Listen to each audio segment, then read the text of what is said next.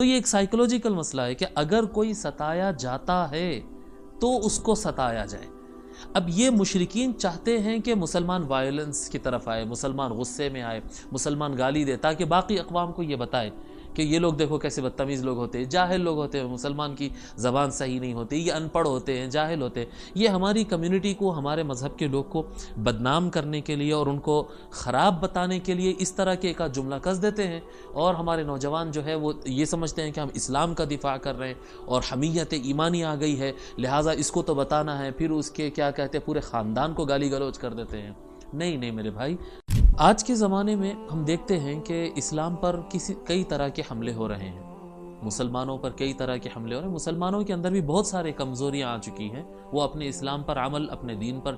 صحیح ڈھنگ سے عمل نہیں کر رہے ہیں، لیکن اس کے برخلاف یعنی کئی غیر مسلم حضرات کی طرف سے، مستشرقین کی طرف سے، غیر مسلم بھائیوں کی طرف سے ہم دیکھتے ہیں کہ پرٹیکولر اسلام پر حملہ ہو رہا ہے، قرآن پر حملہ ہو رہا ہے، اللہ تعالیٰ کی ذات سے متعلق اونچ نیچ کہا جا رہا ہے، حضور صلی اللہ علیہ وآلہ وسلم کی سیرت مبارکہ پر دبا لگانے کی کوشش کی جا رہی ہے۔ اور یہ جو اعتراضات آتے ہیں تو اب اس کے جواب میں ہم دیکھتے ہیں کہ مسلم نوجوان جو ہوتے ہیں، جو کثرت سے سوشل میڈیا پہ ٹائم دیتے ہیں، تو وہ ایک غصے کا ریئیکشن ہوتا ہے۔ یقینی بات ہے کہ جب کوئی ہمارے دین پر اعتراض کرے گا، ہماری مسجد پر، قرآن پر، اللہ پر، رسول پر کوئی اعتراض کرے گا تو غصہ آنا ایک نیچرل چیز ہے۔ یہ صرف مسلمان کی حد تک نہیں ہے، ہندو سے بھی اگر کہیں گے کہ کسی ہندو سے اگر یہ کہیں گے کہ تمہاری گیتا غلط ہے، تمہاری مندر غلط ہے، تمہارا بھگوان غلط ہے، ایسا ہے ویسا ہے، اس طرح یہ اگر کوئی بات کہیں گے تو ہندو بھائی کو بھی غصہ آ جائے گا، اسی طرح سے کرسچن کو بھی غصہ آ جائے گا۔ کسی کو بھی جب اس کے مذہب، اس کے بلیف، اس کے یقین سے متعلق جب بری بات کہی جائے گی تو غصہ آنا ایک نیچرل چیز ہے، یہ ایک فطری چیز ہے۔ تو جب مسلمان ہم دیکھتے ہیں کہ جب اسلام پر حملہ ہوتا ہے، مسجد پر حملہ ہوتا ہے، یا قرآن سے متعلق کچھ اونچ نیچ کہی جاتی ہے، حضور صلی اللہ علیہ وآلہ وسلم کی سیرت سے متعلق اونچ نیچ کہی جاتی ہے، تو اس کے جواب میں بہت سارے نوجوان غصے کی مارے وہ غصے والی زبان استعمال کرتے ہیں، پھر معاذ اللہ جو ہے اس سے آگے بڑھ جاتے ہیں، پھر گالی گلوچ بھی ہوتی ہے اور بہت سارا اونچ نیچ اس کے اندر کہا جاتا ہے۔ تو غصہ آنا تو نیچرل ہے، پر کیا غصے کی وجہ سے اس طرح کی زبان، اس طرح کا ریئیکشن دینا، کیا یہ صحیح ہوگا؟ یہ ہرگز صحیح نہیں ہو سکتا، اس کو عقل بھی صحیح نہیں کہتی ہے، نہیں کرنا چاہیے اس طرح سے۔ تو کیا کرنا چاہیے؟ یعنی اگر کوئی اسلام پر حملہ کرے تو کیا پھر ہم یعنی کوئی اس کا جواب نہ دیں، یا ہمارا کیا ریئیکشن ہونا چاہیے؟ تو میں اس سے متعلق آج گفتگو کرنا چاہتا ہوں۔ انشاءاللہ تعالی ہم قرآنی آیات کی روشنی میں ہم اللہ تعالیٰ سے سوال کرتے ہیں، اور قرآنی آیات کی روشنی میں اللہ تعالیٰ سے جواب ہم لیتے ہیں کہ یا اللہ اس طرح کے جب حالات ہو تو ہمیں کیا کرنا چاہیے۔ آئیے پہلی آیت پڑھتے ہیں، یہ سورہ انعام کی آیت نمبر 106 اور 108 کے درمیان، 3 آیتوں کے درمیان میں پڑھ رہا ہوں۔ مضمون کافی بڑا ہے لیکن اس میں سے ہم اپنے مضمون سے متعلق حصے ہی منتخب کرتے ہیں۔ آیت نمبر 106 میں اللہ تعالیٰ فرماتا ہے، اعوذ باللہ من الشیطان الرجیم، اتبع ما اوحی الیک من ربک لا الہ الا هو واعرض عن المشرکین۔ اللہ تبارک و تعالیٰ فرماتا ہے کہ اے بندے، میری وحی سے جو میں نے تم کو عطا کیا ہے، وحی کے ذریعے میں نے جو تم کو عطا کیا ہے، وہی راستے پر تم چلو، اس کی اتباع کرو جو میں نے وحی کیا ہے۔ یعنی جو آپ کے من میں جو طریقہ کار آ رہا ہے ریئیکشن دینے کا، وہ طریقے پہ آپ مت چلیے۔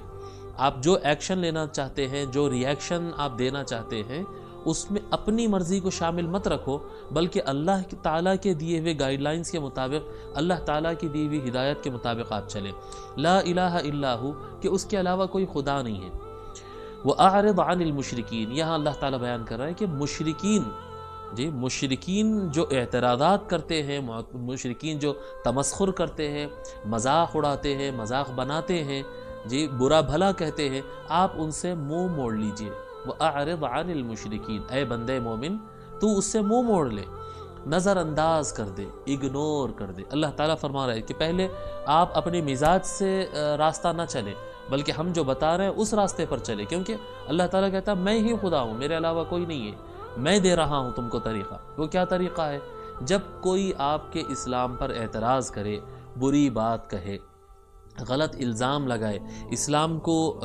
غلط اس کا تعارف دے، یا اسلام میں جو نہیں ہے وہ بتا دے یہ کہہ کر کہ یہ اسلام میں ہے، جب اس طرح کے باتیں ہوں تو ہمیں کیا کرنا چاہیے؟ اللہ تعالیٰ فرماتا ہے وَأَعْرِضْ عَنِ الْمُشْرِكِينَ، یہ مشرکین سے آپ منہ موڑ لیجئے، اور مشرکین کو آپ بالکل اگنور کر دیجئے، نظر انداز کر دیجئے، ایسا کر دیجئے جیسا کہ انہوں نے کچھ کہا ہی نہ ہو اور آپ کو انہیں کچھ سنا ہی نہیں ہے، بالکل اگنور کر دیجئے۔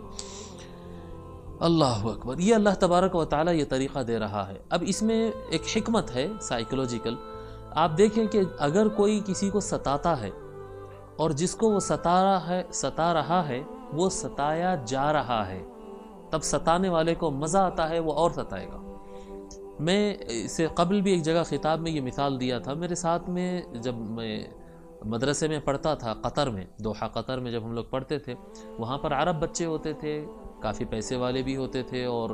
یعنی مختلف اقوام، ایک کلاس کے اندر 30 بچے ہو تو کم سے کم 15-16 ملک کے تو لوگ ہوتے تھے وہاں پر،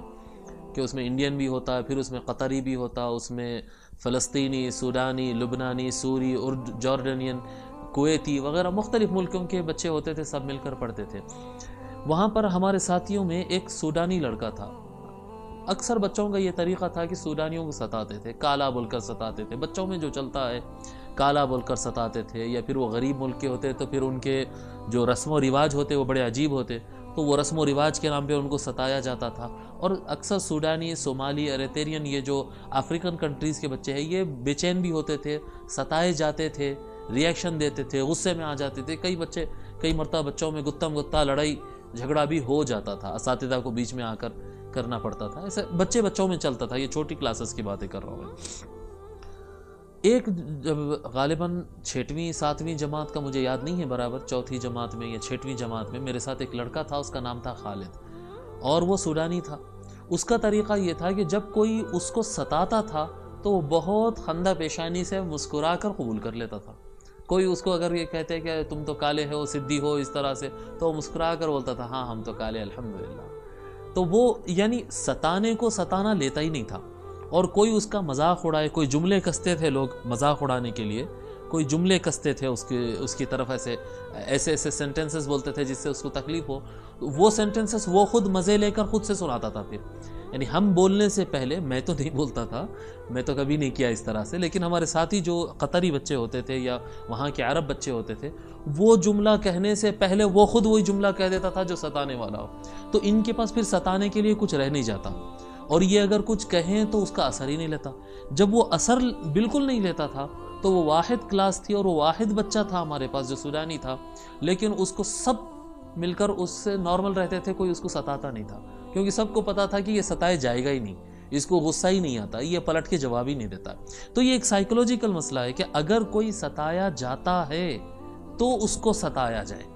اب یہ مشرکین چاہتے ہیں کہ مسلمان وائلنس کی طرف آئے، مسلمان غصے میں آئے، مسلمان گالی دے، تاکہ باقی اقوام کو یہ بتائے کہ یہ لوگ دیکھو کیسے بدتمیز لوگ ہوتے ہیں، جاہل لوگ ہوتے ہیں، مسلمان کی زبان صحیح نہیں ہوتی، یہ ان پڑھ ہوتے ہیں، جاہل ہوتے ہیں۔ یہ ہماری کمیونٹی کو، ہمارے مذہب کے لوگ کو بدنام کرنے کے لیے اور ان کو خراب بتانے کے لیے اس طرح کے ایک جملہ کس دیتے ہیں، اور ہمارے نوجوان جو ہے وہ یہ سمجھتے ہیں کہ ہم اسلام کا دفاع کر رہے ہیں اور حمیت ایمانی آ گئی ہے، لہٰذا اس کو تو بتانا ہے، پھر اس کے کیا کہتے ہیں پورے خاندان کو گالی گلوچ کر دیتے ہیں۔ نہیں میرے بھائی، اللہ تبارک و تعالیٰ فرما رہا ہے وَأَعْرِضْ عَنِ الْمُشْرِكِينَ، جو ستانے کے لیے، جو آپ کو الجھانے کے لیے، آپ کو پریشان کرنے کے لیے اس طرح کے جملے پھیلا رہا ہے، بول رہا ہے، آپ اس کو سرے سے اگنور کر لو، اپنے دل پہ ہی مت لو،